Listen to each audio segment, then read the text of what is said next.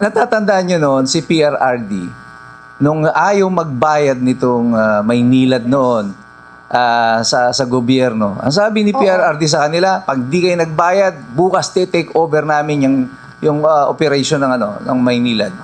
Utilities kasi yan eh. Yes. Basic rights ang mga utilities. At among the powers of the executive na presidente is to take over yung mga utilities in times of national emergencies or kung hindi makafulfill yung ahensya o yung negosyo na binigyan ng prangkisa. Yes. Yung kasi prangkisa lang yan, hindi mo karapatan yan. This is a Right. privilege granted to you by government. Nung hindi sila makabayad sa gobyerno, ayaw nilang bayaran ng gobyerno, dami-dami nilang excuse. Sabi ni Digong, you pay up or you shut up, di ba? Magbayad kayo o sasarado kaya, mag-take over kami. O di kinabukasan, nagbayad sila. So it takes political will to protect the people. Ano? Right, Pag kasi hinayaan mo to sa mga negosyante, ang mindset ng negosyante, negosyo.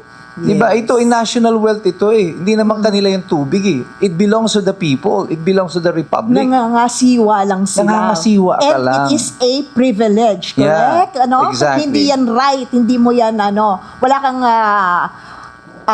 hindi naman say, pero hindi ka po pwedeng ikaw lang ang magdidikta. Tama po. Correct? Palakpakan naman natin ngayong umaga ang ingay sa studio. Kamangha-mangha at tayo'y pinagbigyan po ng atin pong kasama na si Attorney Mike Operario upang bigyang linaw ang mga usapin at mga pangyayari at kaganapan na nangyayari po sa ating bayan. Yung first topic kasi natin is about the NBI raid, no? Nung allegedly isang negosyo na pag may-ari daw ng may bahay ni former Congressman Mike Defensor. Medyo familiar po ba kayo dun sa balitang yon? I saw it on the news, but hindi ako yung particular dun sa nitty-gritty details kasi hindi naman ako yung abogado ni Tukayong Mike. But I think ang issue doon is they are accusing daw po si Mrs. Defensor of human trafficking. May isang allegedly may bar na sinasabing sa kanila sila daw ang may-ari, and because of this ni-raid nila yung bar. But 2 days after, yung mga tao na nasama rin doon sa raid, pinakawalan daw nila. May mga group of people na pinakawalan. So, yun po yung konteksto na paiikutin natin po yung mga questions namin on a general term. Pag nagkakaroon ng raid ang NBI, no, or any law enforcement, ano po ba ang proseso para malaman ho ng ating mga kababayan? Okay. Can you walk us through the process po? The general rule is that ang mga raid na kagaya nito, yung mga search, yung mga arrest of people, can only be done with the use of a warrant. So kung this will be a search on the establishment, dapat ay mag-a-apply muna ang NBI ng search warrant. Ang exception lang dyan is that if the crime is being committed in your presence, at nakitang-kita mo na mayroong nangyayaring krimen, or pwedeng sa kanila based on the verified information or tip, or may insider sila who can say that this crime is happening, then they can go on a raid like that, na wala ka ng pina-apply na warrant. However, here's a critical question. If you apply for a warrant, dapat ang a-applyan mo ng warrant is the owner of the establishment na nag-ooperate nung business. Based on the information that I gathered, ang pag-aari ng mga defensor dito is only the building. I see. Not the business. Okay, so ikaw ang business niya, totoo siguro sinabi ni Matibag, may business permit to operate the building, but not to operate the business. Iba yun, halimbawa ako, may area ako ng isang gusali. Pag nag-apply ako ng building permit sa munisipyo, sa City Hall, siyempre ang applyan ko, yung paglilis ko, pagpapalis ko ng building. Pero pag may nagrenta sa akin at gusto magtayo ng tindahan doon, bago siya makapag-operate ng tindahan, mag-a-apply siya ng hiwalay niya na business permit. Hiwalay doon sa permit ng may-ari ng building. So, dito, hindi ko nakita yung record nito, but if they did apply for a search warrant, ang tanong dyan, kanino yung pangalan yung in-applyan nila ng search warrant? warrant. Was it against Mike Defensor? or the defensors or against the owner of the establishment or the business. The second question dyan, ayun na nga, may lumabas na may mga ugong-ugungan, may mga high-profile people here na na-involved dun sa raid who were allegedly arrested, which were eventually ay pinalaya. Ano? So ano nangyari sa kanila? Bakit hindi sila kinasuhan? And third is, this is the most critical question here because this now applies to yung may hindi maiwasan kasi na mga amoy politika ito. Because simula nang umupo si Matibag, halos lahat na lang ng kanyang mga ino-operate ng NBI ay people who have been critical of the government, like Defensor, one of the organizers of Rage. And talaga yung sa 18 Marines, he's been very vocal dito sa yung kanyang position tungkol dito. And Jay Sonsa, alam naman natin si Jay Sonsa kung paano posisyon niya tungkol dito sa gobyerno na ito. And ngayon lumabas yung puro kapalpakan, yung pino-point out ko nito sa isang video ko na mali lahat ang ginawa dito kay Jay Sonsa, yung paglalagay mo doon na not bailable. Hindi mo pwedeng basta sabihin na excuse ng isang huwis na it was a typographical error. This is a high-profile case. Tapos hindi ka magiging meticulous doon sa data na yan. You knew exactly na merong mga implications ito eh. Pag merong isang nagsabi na baka daw dapat ilalagay no bail required. But if it is a case with no bail required, hindi ka na kailangan mag-issue ng warrant. So why did you issue a warrant of arrest? So mag-issue ka lang ng warrant kung meron kang bail or ilalagay mo nga doon yung not bailable. So dito sa kaso na to, they chose na gamitin yung form na not bailable. Even the title of the case, mali-mali. Yung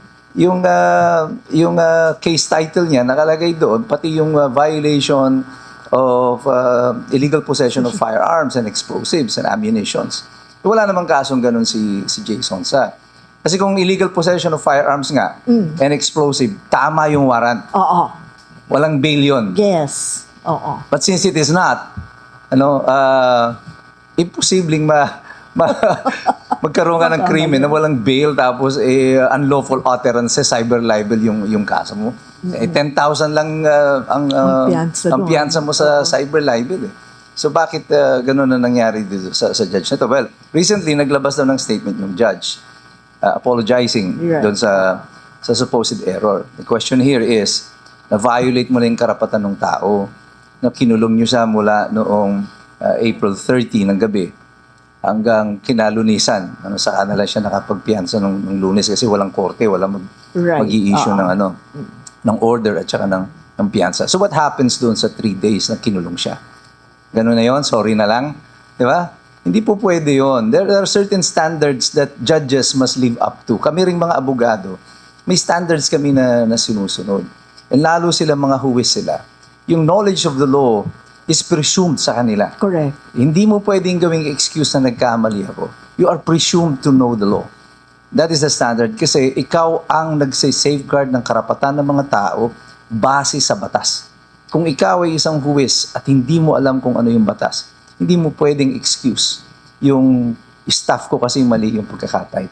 Especially may deprivation of liberty involved because even staff mo yung nag-prepare niyan, ikaw pipirma. Ultimately, it is your responsibility. So, I would presume na yung lawyers nila dito will take nila Jay Sonsa will take administrative action against the judge. There's no other way to go about it except that malamang kasuhan nila yung judge na nag-issue ng order nito. Okay. And mabalik po muna ako dito uli kay dun sa nangyari kay sa misis ni Mike Defensor. Attorney, so lumalabas kasi since this is a raid of an establishment, we presume this is a search warrant. Presumably. Dapat may search warrant. Oo. Ang gusto ko sana ma-educate din po natin madagdag ang kaalaman ng ating viewers. pagdating sa huwes na magtatanong ng searching questions and answers between a search warrant and a warrant of arrest. Kasi yung kay Jay Sonsa, that's a warrant of arrest. Dito yung kay Mike Defensor, presumably may search warrant. Ano po kaya ang kaibahan pagdating dun sa West na nag-i-issue ng warrant na yon? Sa search warrant, wala pang kaso. Okay. Sa warrant of arrest, sinampahan ka na ng kaso, i-issue ka ng warrant para arestuhin ka. Sa search warrant, ang purpose nito, magkaroon lamang, ma-establish lamang yung sufficiency of evidence to warrant yung issuance ng search warrant na ito. Saliksikan yung establishmento o tahanan, pero ang judge na mag-i-issue ng warrant must ask searching questions. At yung taong sasagot nito, natatanungin ng huwes, must demonstrate na meron siyang personal na kaalaman doon sa kanyang mga aligasyon para sabihin na ito ay may basihan yung issuance ng search warrant. Makikita mo yan doon sa transcript ng pag-a-apply pa lamang ng warrant. And also, kailangan dito properly identified yung establishment and the owner of the establishment against whom the search warrant was issued. Otherwise, pag na-question yung legality of the search warrant, all evidence obtained, lahat ng ebidensyang nakuha mo, base dun sa illegal na search warrant, mawawala ng saysay yun. It will be invalidated. Ang tawag doon, Those are the fruits of a poisonous tree. Okay. So, yun ang kaibahan po, pag may warrant of arrest kayo, no? Hinuhuli kayo, hindi nyo pwedeng tanungin na, bakit hindi man lamang tinanong ng judge, no? Kung ano kung totoo ba talagang ako yung dapat No. Once meron ng naisampang kaso, that's the only time na mag-i-issue ng warrant of arrest versus, yung sinabi ni Attorney Mike, pinaliwanag niya, a search warrant, wala pang kaso. Okay? Nag-establish pa lang, no? Tama. And that's the reason you need the assistance of the court for you to have that evidence, Yes. no? Para mas may solid ground yung iyong ebidensya. Apo, kaya nga, ang ini-establish mo kasi doon sa search warrant ay merong krimen na nagaganap or ginawa at kailangan mo ng search warrant para ma-establish mo yung presence of this offense. Pero wala ka pang actual na kaso. So dito sa nangyari kay Mrs. Defensor, kapag may pagkukulang yung government authorities in the enforcement of this search warrant, meron bang pananagutan dito? Meron po, lalo na sa umpisa pa lang. When you apply for a search warrant at yung taong nag-testify dito sa application for search warrant ay hindi naman niya pala personal knowledge. Na sinabi ito, he can be liable for perjury. Dahil magte-testify ka under oath. Yung mga NBI, yung mga police officers na sumali dito o nag-execute nitong search warrant nito, they can also be prosecuted both criminally and administratively. Okay. Doon sa ginawa nila na yan. Lalo kung lalabas dito na this is just for political persecution. I see. So, I think medyo the NBI will be placed in a very precarious situation here pag ito ay nakarating na talaga sa hukuman. Siguro, Attorney Mike, susugan ko lang, when you say personal knowledge, para ba mas maliwanagan ng ating listeners, ano po ba yung sangkot dito sa sinasabing personal knowledge as against secondary or hearsay? Apo. Oo. Yung personal is yung ikaw mismo nakita mo. Halimbawa, nandun ka sa loob ng establishmento na yon, isa ka doon sa mga waiter kunwari, Okay. tapos nakikita O kaya, mo. pwede ka bang isa ka rin sa customers? Isa ka rin sa customer, Alright, planted customer ka, tapos sasabihin mo may prostitution na nangyayari dito, ganitong inalok ako, nagbayad ako, ganito. So, yun personal knowledge yun. Pero kung hearsay is when galing ito sa informant mo lang, na tapos ang magte-testify sa korte yung pulis. Sabi ng informant ko, ganito hearsay na yon kasi hindi siya mismo. I see. So dapat yung mismong informant mo ang uupo to testify based on the personal account. So that would have to be established. And I'm sure yung lawyers nila, Congressman, is already looking into this. I see. Yan kasi ang abogado, yan ang una mong tatargetin, ano? The validity of the search warrant issued. I see. Kasi this will, eventually, lahat ito, mabubura yung kaso na yan. Kapag sa umpisa pa lang, on step 1, palpak ka na, wala na yung kaso mo, madidissolve yan. Actually, which comes to mind, kasi pwede ka naman, di ba, manghuli in flagrante delicto. Correct. All right? Let us say, ikaw yung nag-posure na kliyente and nag-o-offer ng ganyang mga sexual favors in this establishment. Right there and then, pwede ka Pwede na, po. di ba? Pwede ka na actually manghuli dapat, Apo. di ba? And, or, kung nagbayad ka talaga in exchange for this, pwedeng may marked money na. Similar to probably a buy bust, di ba? Kung talagang matagal nang minamanmanan or may reklamo itong establishment na ito. But madali naman po yun kasi ngayon meron ng mga body cam eh. Right. So, yung kanilang informant, kung totoong may prostitution dyan, simple lang gagawin yan, di ba? You wear a body cam, tapos go transact, pag pumayag, nagbayad ka, and then dideliveran ka ng babae sa kwarto, prostitution yan. So, right there and then. But the mere fact na nandun yung mga ladies sa loob ng restaurant, entertaining itong mga clients, may mga beer or probably wine, kwentuhan, may human trafficking na ba doon? Not necessarily, kasi restaurant nga siya. Ang human trafficking dyan, sa prostitution kasi, is that you're selling sex, ano? Yung katawan ng mga babae ang nilalako. Yun Hindi pagkain at beer. Hindi porket may video okay room at nagkakantahan kayo doon at merong mga nag-e-entertain na guests, ibig sabihin may prostitution kaagad. Na. So you have to establish na meron munang actual na talagang may binebenta mga babae doon for sex. That is prostitution. So kung video ko yan tapos nagsasasayaw yung babae sa harap. Hindi bawal sumayaw, di ba? Wala pang batas. Hindi, sinasabi ko lang kasi baka mamaya yun yung mga context already na pumapasok sa isipan ng mga babae, no, na mga listeners natin. Yeah, I think ang konteksto kasi na sinasabi nila dito, parang sex den nga ito eh. Di ba? It's a sex den. So dapat ang may establish dito, there is sexual intercourse doon sa mga happening inside. Mga paying patrons Alright. Nagbabayad sila to have sex. Okay. So, para magkaroon ka ng prostitution doon. Okay. And therefore, kaya ngayon may na-mention si Attorney Mike about the timing of filing this. Kasi kung talagang dati na 'to nangyayari, pwede naman right there and then nang huli na. Pero kailangan talaga magkaroon ng coverage na ni-raid, no? Ni-raid, tapos, and then, liwanagin ko rin na yung sinabi nga ni Attorney Mike Operario, no?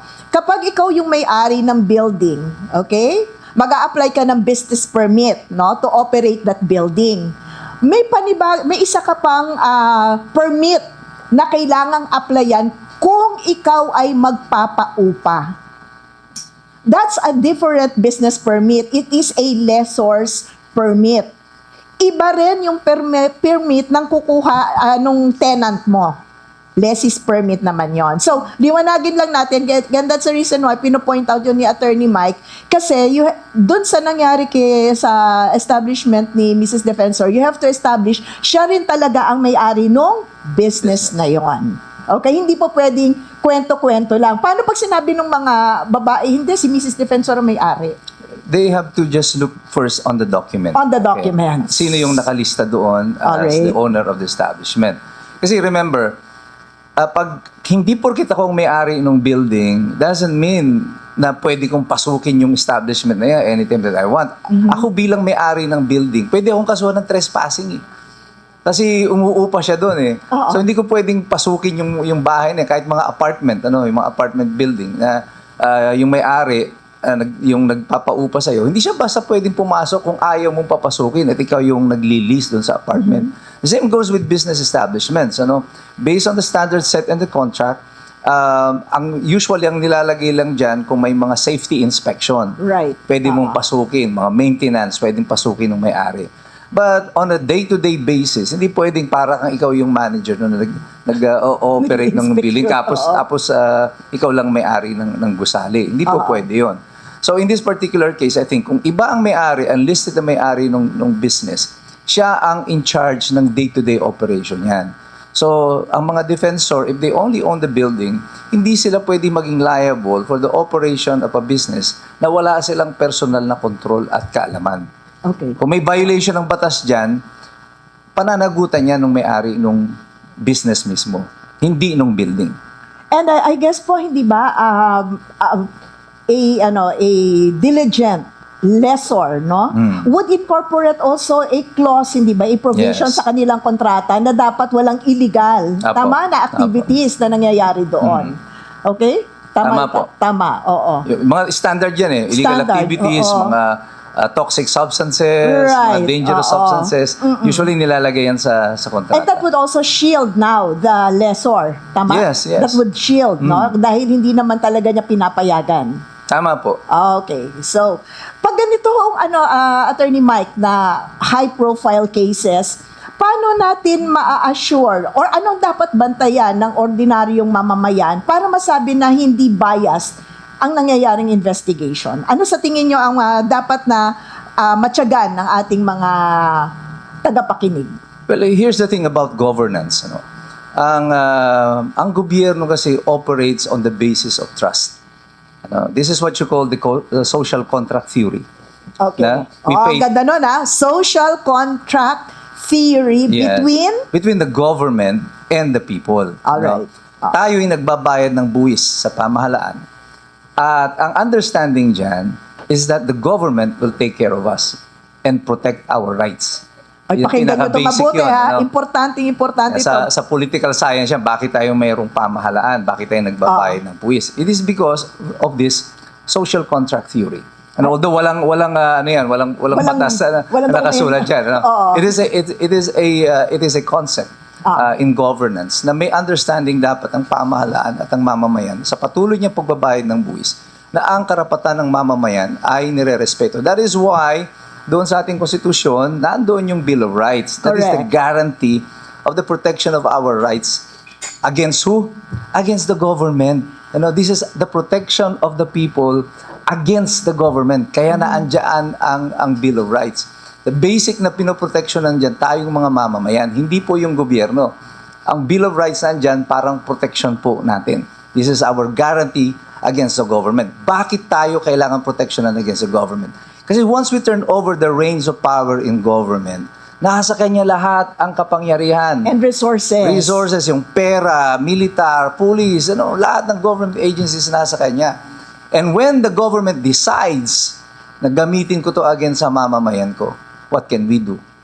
It's only the law. It's only the Constitution. That is why yung right against unreasonable searches and seizures is guaranteed under the Constitution. Yan ang protection natin laban sa pamahalaan. Kaya kailangan, lagi ko sinasabi doon sa vlog ko, mahirap makialam ang taong walang alam. Because sa panahon po na ito, when government is abusing yung ating mga karapatan, kung hindi mo alam yung karapatan mo, madali kang maloloko ng pamahalaan.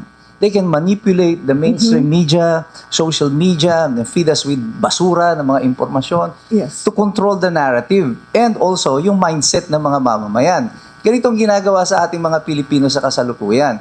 Kaya makikita nyo, even the mainstream media, silent sila sa mga issue ng katiwalian dito sa mga malalaking mga politiko sa bayan. Tapos, ang mga hina-highlight nila, yung mga, halimbawa na lang, yung 18 Marines na lang, for example. Hindi ko sila except for Jessica Soho, wala akong nakitang ibang mainstream media outfit na nag-interview sa kanila. I mean, since Erap Strada's time, tsaka kay Gloria, this would have to be the biggest scoop sa lahat. Ng mga panahon na ito, ng mga siguro 1990s up to early 2000s, pag may ganitong klase ng scoop, nagkakagulo yung media niyan. Yeah, di ba? yes, oo. Kanyang expose, ang sarap i-follow up nito. Ang dami-dami mong pwedeng sundan. And then all of a sudden, we were met with dead silence. Cricket, sika nga. Puro tunog ng Correct. kuliglig ang naririnig natin sa mainstream media. Buti na lang, merong mga social media tayo. Mga vloggers na patuloy na who filled in the void. Kasi alam nyo yung sa demokrasya, there are 4 estates of democracy. Pinapaliwanag ko lagi yan. Executive, legislative, the judiciary, at saka yung media. Ito yung four estates of democracy, para tong pillars ng tahanan, para kang poste ng tahanan. Kailangan mo yung apat na pillars na yan para manatili yung kalayaan, yung demokrasya. Kapag nagsabwatan ang executive and legislative as what is shown dun sa mga flood control projects, ang media dapat ang trabaho niyan ay isiwalat ang katotohanan. Pero kapag ang media naging kasabwat ng tatlo, giba ka na. Natitira mo na lang pillar mo is the judiciary. Nabuti na lang may Supreme Court pa tayo na kahit papaano ay independent pa. Pero I can feel, everyone can feel it that even the Supreme Court right now is under attack. Nag-uumpisa na yung operations against the Supreme Court. With the upcoming retirement of Chief Justice Gismundo, malamang yung vacancy nito will have to be filled by another BBM appointee. The question is, in terms of seniority, si Associate Justice Leonen ang susunod dapat. Pero kami, we're already betting on it. Yung mga lawyers, magkakasama kami kahapon sa isang conference. Many lawyers believe that Justice Leonen may not be appointed as the Chief Justice kasi masyado siyang critical of the positions of the government kasi independent-minded ito. But technically, actually, yan ang kailangan natin na Chief Justice. Correct. Someone who thinks independently. Yes. But apparently, this is not what the government may want, na the administration may want. Gusto nila alam niyo, pag na-control na lahat yung pillars of democracy na yan, yung demokrasya, asan ang demokrasya natin? Wala na, di ba? Durog tayo doon. And this, I think we are heading towards a political storm, in terms of yung constitution.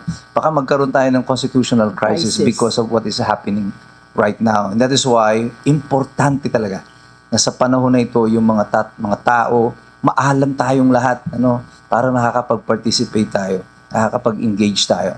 The only thing that we can do right now, sabi ng iba, wala tayong kapangyarihan. Ngaw-ngaw lang daw tayo ng ngaw-ngaw sa social media. But in today's day and age, kayong mga vloggers, kayong mga nagpo-post sa social media, kahit hindi ito full-time, nagsishare lang kayo, you control the narrative in the social media. You control the narrative in the airwaves. This defines ngayon yung direction of policy making. Kahit sa Amerika di ba? Ang survey nila, binebase nila doon sa what is going viral doon sa social media. True. So, even actions of government are affected by social media. That is why, for example, Nepal. Nung pumuputok na yung opposition sa Nepal, anong ginawa nila? They shut down social media. Kaya lang nag-backfire yung shutting down social media. Because social media now has more power, I think, than the mainstream media. Mas makapangyarihan ang social media dahil sa sheer volume, sa dami ninyo. And the information is accessible to you. You can videotape now, tapos naka-post na agad kayo sa on air na kayo, di ba? Oo. So mabilis. Mabilis. Mabilis yung transfer of information today. And that is why your role as social media influencers or bloggers napaka-critical dito sa demokrasya because you are now filling up a void. Na bakante yung espasyo na dapat ginagampanan ng mainstream media. Pinapalakpakan yan. Penny. Yun ang sinasabi ko sa inyo, di ba? Know your purpose. Sinabi na yan sa inyo ni Kadigong Di ba yun ang bili niya sa mga anak niya? I know already my purpose, find yours. Yes. And we have been telling this dito sa ating mga social media bloggers and vloggers, Ayan na po, pastor na ang nagsabi sa inyo, abogado pa. You need to fill the void because you have the power to control the narrative. Meron kayong kapangyarihan para isiwalat at ilagay, Pero dapat sa tamang konteksto kung ano ang nasa likod ng bawat kwento na hindi pwedeng baluktutin. Reminder ko lang sa inyo yung Article 19. Always, hindi ba? Yung mga nandito. Okay? And, Attorney Mike, gusto ko rin i-reiterate, Kapenny, ang ganda nung nasabi ni Attorney Mike, na merong existing social contract between the government and the people. And this is, and ang kontratang ito nagaganap every 6 years pagdating sa presidente. Tuwing eleksyon, binibigay natin yung kontrata natin dun sa ihahalal natin. Every 3 years, yung mga representatives at mga mayor. Ang punto, ang ganda nung sinabi dito ni Attorney Mike, no? Once we give the reins of power and authority to that government, to our government, sila ay may duty sa atin na alagaan tayo, na hindi lapastanganin ang ating karapatan. That is the social contract. And talking about void, feeling the void pagdating naman sa media, isa rin, Attorney Mike, na nalulungkot ako na hindi kinover ng media, ng mainstream media, dahil tinutukan nila yung impeachment, was the hearing on Dagaa. Yeah. Not a single mainstream media covered it. No? Kahit sabihin mo pang hindi kasi bawal mag-live streaming sa court, di ba? Sa YouTube ko lang sinubaybayan. Pero usually ang naobserbahan ko noon, pag mainstream media ang magko-cover, so mag-aano sila kahit meron silang anchor, no? Pag habang nagla-live yung Supreme Court, susubaybayan nila, and then in between they could discuss. Yeah. But this time wala, lahat nakatutok doon sa impeachment ni VP. Kaya sabi nga, pasalamat din kami doon sa mga vloggers na nag-cover nitong sa nung hearing ng Supreme Court on the 2023 and 2024-2025 GAA. Kasi ang daming nasabi doon si Justice Leonen, ang Tama dami, po. no? Na si Justice Kagiwa, pati si Justice Hernando na nagsabing hindi kakasya sa mali-maleta. Sa isang maleta lang pala, kundi mali-maleta yung mga nangyaring mga insertions or yung mga napuntang pondo dun sa unappropriated programs. Tama po. Unprogrammed appropriations pala. Tama po. Kaya nga very disappointing yan, na pati yung mga commentaries, yung mga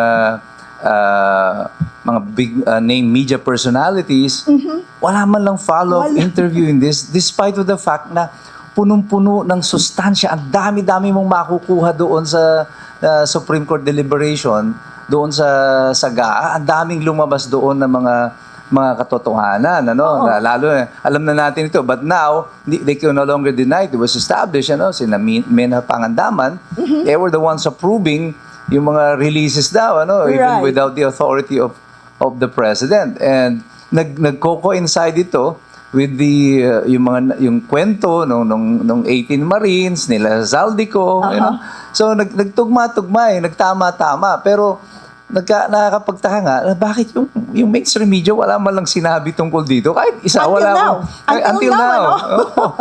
Samantala, ang sarap-sarap nitong himay-himayin, yung sustansya nito.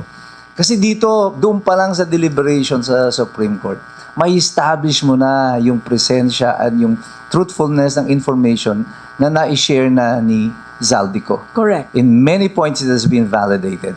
So, nakita natin kung papaano the nation was basically plundered, gamit itong unprogrammed funds na ito. Mas malala ito kaysa doon sa dap-pidap nung panahon ni Pinoy. Mas malala ito doon sa CTE deal ni Gloria. Mas malala ito doon sa wetting issue ni Erap. Because dito, savings ng buong gobyerno, minsan wala pa nga savings, ilalagay lang, may ipapangutang pa tayo. Correct. And then makikita natin saan dinala lahat, di ba? Flood control. Na hindi natin nakita kung saan napunta yung mga flood control na yan. Hindi nga natin naramdaman eh. And unprogrammed yan, yung flood control daw ay unprogrammed. Kaya nga dito na pinakita na ng Supreme Court yung how ridiculous the situation is. Na uunahin mo yung unprogrammed kaysa doon sa program funds. Na. Tapos take it with the decision on PhilHealth also na inutusan sila na isauli yung pera kasi malinaw na wala silang karapatang kunin yung savings ng PhilHealth. And yet, binigay nila, kinuha ng national government at ipinamudmud bilang mga flood control projects sa kung sino-sinong mga congressman. May balita ho ba kayo kung naibalik na yung 60 billion? Di ba last year may utos? May ibalik, utos. Na isama sa budget ng 2026? Ang utos ng Supreme Court is to return. To return. Okay? Ang ginawa ng gobyerno is not to return. Tuwang-tuwa pa silang inaanunsyo. Hindi nga namin basta in-return. Ni-replenish namin. They changed the term to replenish. Pero pag sinabi ng replenish, alam yung ginawa sa atin? Kinuha nila yung pera ng PhilHealth. Tapos sabi ng Supreme Court, isoli nyo yung pera. Ang ginawa nila, doon sa GAA, isinama nila yung pag-isausuoling pera sa PhilHealth. So, ibig sabihin nun, sa atin din kukunin yung papansoli doon sa PhilHealth because it will be taken out of the budget. Oo. Kasi, wala na yung pera. Remember, sabi ni Ralph Recto, yun daw pera na yan ng mga agencies na kagaya ng PhilHealth, natutulog lang naman daw. So, pwede pa natin gamitin sa iba. Okay ngayon, nagagamitin na natin. Anong gagawin mo? Maisosoloy mo pa ba? Wala na, nalusaw na eh. Nandun nasa flood control eh. Hindi naman self-sustaining yung mga projects na pinaglagyan mo yan na pwedeng magkakaroon ng return of investment. So, nasunog na yung pera. So, what do they do now? Kasi inutos ng Korte Suprema, tayo na naman magbabayad. Diba? Dagdag na naman yung contribution, dagdag buwis naman. I think we are the most taxed nation in Southeast Asia or probably in Asia. Tayo pinakamataas na buwis na pinagbabayaran mula lahat ng ating kilos, sa ating galaw, di ba? Lahat yan binubuwisan. At lahat ng expenses na yun ng gobyerno sa ating kukunin, pambayad ng utang, pati pambayad ng mga ninakaw. This is ridiculous. Ito na lang, noong ko pa sinasabi ito, pag uwi nyo sa bahay, tingnan nyo yung inyong mga bill. Usang-uso yung bill ng Meralco eh. Pero hindi ko nakikita dinidiscuss nila ito. One of the objections ko dyan sa VAT na ito, tingnan nyo yung systems losses ninyo. Meron doon may item dyan, systems losses. Sa systems losses, ito yung mga kuryente hindi nyo ginamit. Mga nawawala sa kawad o kaya ninanakaw na kuryente. Oo. Tignan ninyo, tayo nagbabayad noon yung mga ninakaw na kuryente. Pero tignan nyo, yung ninakaw na kuryente sa inyo, may VAT. Ninakawan ka na, tinax ka pa. Di ba? Saka nakakita ng ganun. Di ba? O, nadinig nyo na yan, ha? Hindi nyo alam. Alam mo, Attorney Yvette, tinatarantado tayo nito. Sa totoo lang, yung kaninang sinabi ninyo at nabanggit, sa mga nakarinig, spread the word. Kasi iba to. Kasi saan ka nakakita? Binaluktot na yung batas, hindi pa kinalala yung proseso at ang protokol kung ano man. Pero pagdating sa mga batuhan ng pera at solusyon, agad-agad kaya pala. Bakit hanggang ngayon? Ang dami pa rin nagugutom. Bakit nalulubog pa rin sa baha? Pwede naman pala may power sila to do that. Na on the spot, pwede pala nilang gawin yun. Pero, kapag inalam mo yung katotohanan, labag pa rin sa batas ang mangialam ng pera sa bawat kung saan ito nakatalaga. Hindi mo ito basta-basta pwedeng ilagay at gawing parang palalabasin mo pa, maging thankful sila dahil ginawan mo ng solusyon. Oo. Diba? Kaya, ito ay napakalinaw na for me, and I know kayo rin po, kasi pare-parehas tayong nasa babae. Nakikita ko siguro, tama yung terminong ginamit dito ni Kakora Gidote. Yun. Eksaktong-eksakto ang termino sa mga narinig natin ngayong araw na ginagahasa, pinagsasamantalahan ang atin pong bansa. Yes. Apo. Ituloy mo pa nga kasi ang dami pong kahindik-hindik na mga sinasabi ngayon ni Atty. Operario that the Filipino people should know. Kasi ang mahirap kasi patay ang katotohanan sa media and yung mga social media bloggers, content creator na nagsasabi ng totoo para magising ang mga Pilipino,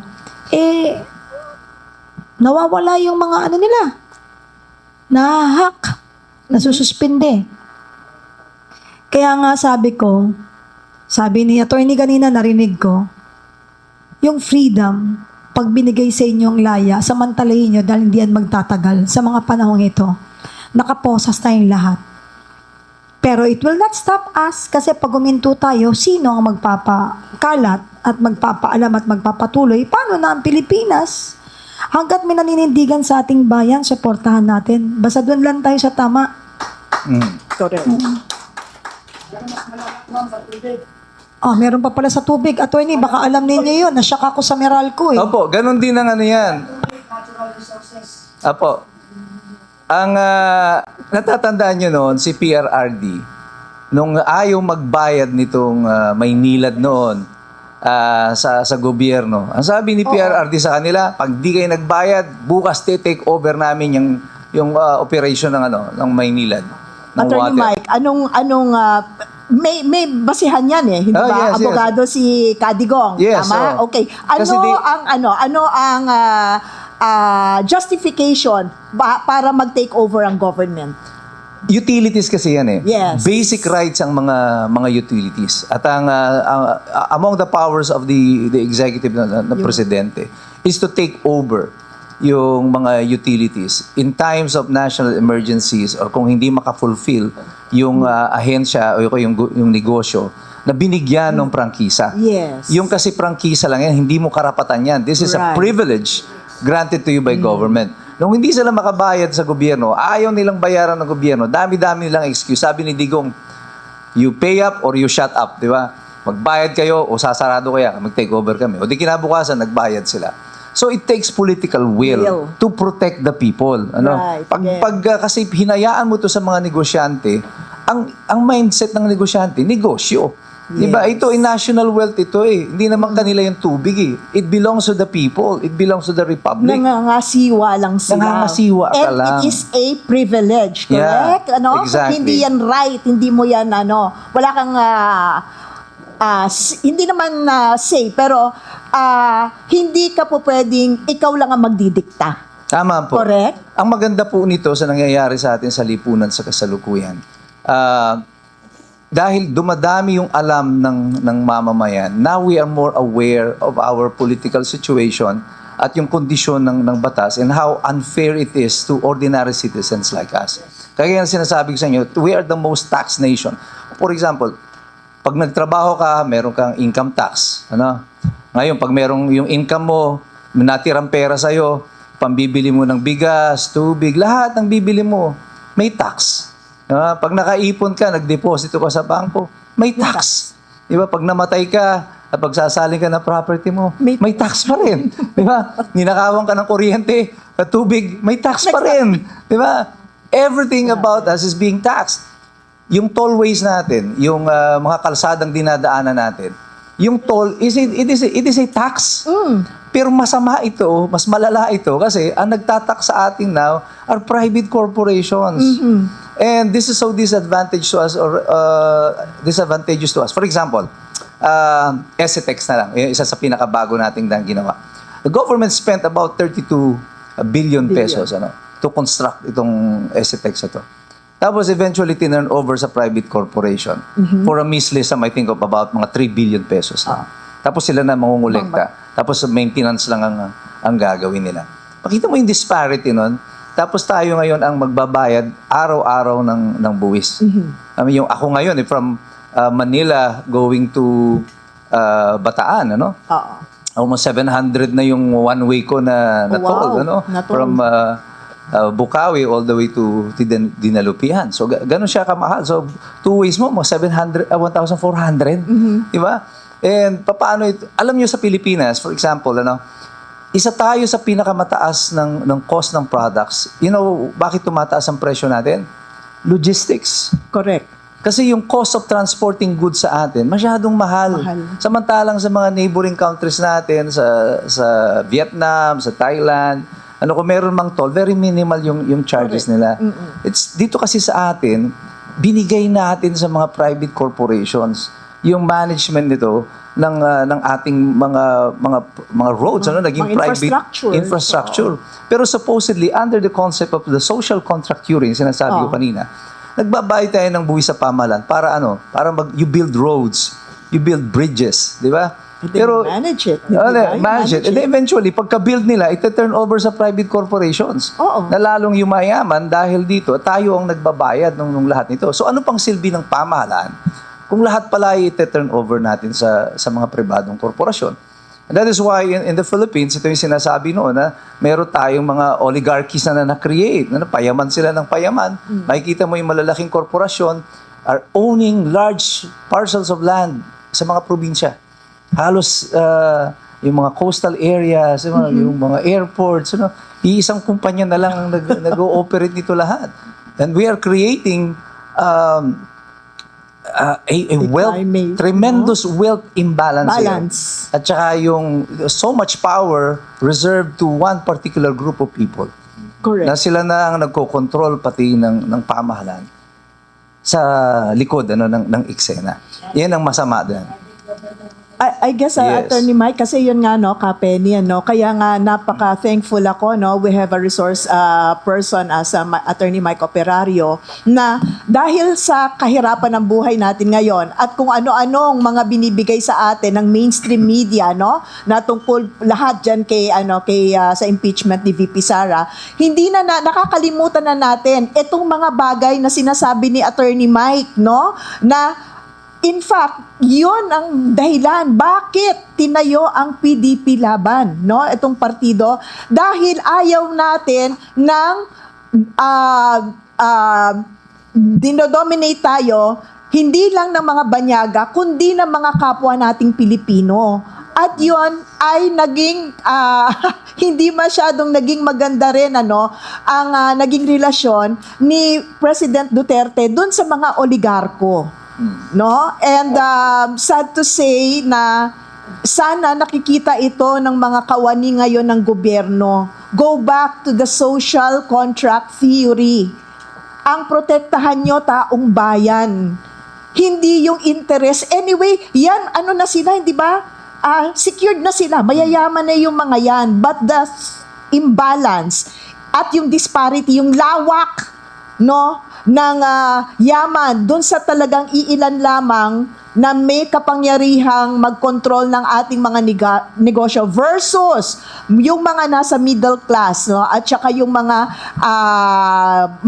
maliliit na negosyante natin. Yun po ang itinuturo sa atin at ipinapaliwanag sa atin ni Attorney Mike na tayo ay nagpapasalamat dahil ngayong umaga nakatulong siya. Attorney, gusto ko lang pong dugtungan pa yung katanungan kasi bilang Pilipino, gusto ko rin pong malaman kung dahil po sa sinabi nyo kanina na ang nagparaya dyan na nagbigay ng kumpas upang bigyan